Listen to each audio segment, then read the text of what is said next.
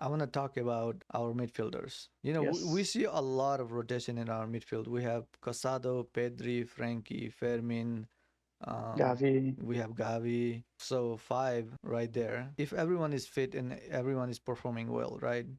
What is your starting three in the midfield? It would have to be Pedri, Casado, or Frankie, and Olmo. With Pedri playing a little higher up, Mm-hmm. we do need someone to cover the defensive side of things. So Pedri, Casado, and Dani Olmo. Pedri, Casado, Dani Almo, you said? Yeah. Yeah, that's the most used midfield by Hansi Flick. I mean, I don't I mean, it's not a mind. surprise, I guess, because for the longest time, Frankie was injured, and then Casado has been our main player in that midfield. But yeah, almost second injury already this season, right? But yeah, he they've been Pedri, Casado, and Olmo. They've been played 8 games together, like combination of them, which is the highest. What do you think With about Gavi at number 10 instead of Olmo? I feel like Olmo is much more effective. Where else would you play Gavi? I don't know. I don't. Gavi for I feel like me, he's not that effective on the left wing. yeah.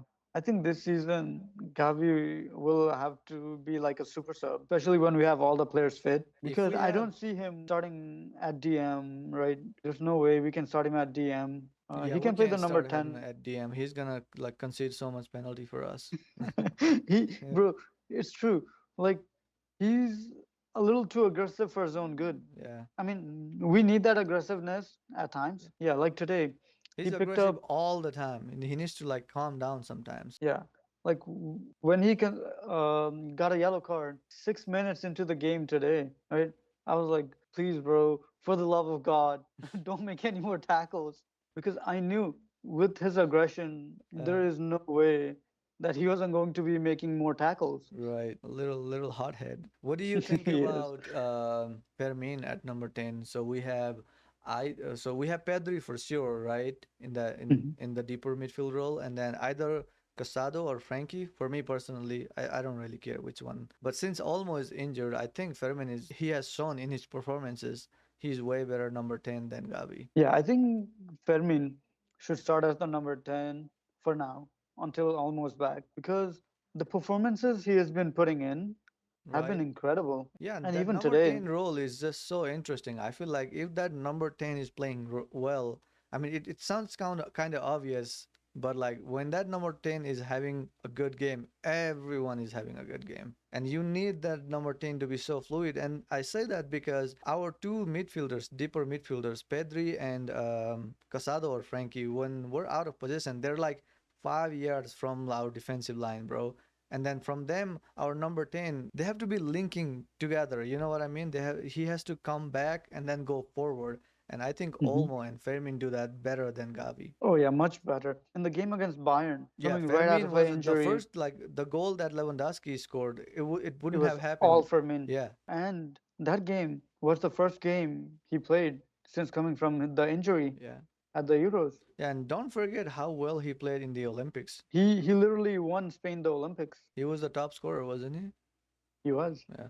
Yeah, So, he has a knack for scoring goals, mhm. and that's one of the things I love about Fermin. You're going with Pedri, Casado, and Olmo up front. Are you saying like that in terms of like this season or their whole, if you look at them like their whole career? Well, we haven't, gone a stretch with Casado. Right, this is Yeah, his this is his first season. first season with the first team, Yeah. and from what he's shown, I like what I'm seeing. But if we're talking about throughout the career, then it has to be Frankie At their peak, if everyone is fit, I think Pedri, Frankie, and then and Olmo. Olmo. Yeah, unless Fermin proves otherwise. Like now is Mm. his opportunity. Yeah, it's just time to shine. Olmo is out. Oh, also I wanted to add, Inigo Martinez is back in training, so that's good Yeah, news.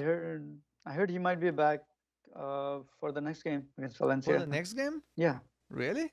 That's pretty yeah, fast. I know. I But was his surprised injury too. wasn't that serious, I guess. Yeah, it wasn't bad. I think he was only supposed to be out for like a week or two. Yeah, it's gonna be nice seeing Inigo back. He's like, I know he's old and all, but on that high line, he's like on point, man. Oh yeah, and also on the ball, Yeah, he's really great too. yeah.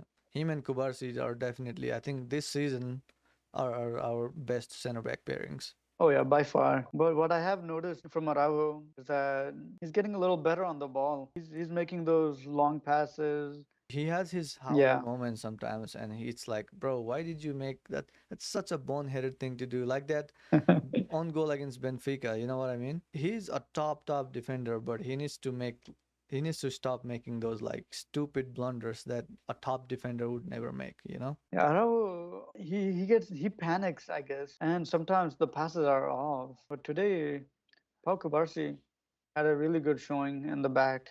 He just turned 18, man. We have him for the next 15 years. I know, bro.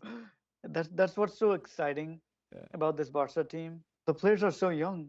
yeah, I mean, apart from Lewandowski, we have a really young squad, and this is probably our youngest squad in the last 6, 7 years. probably.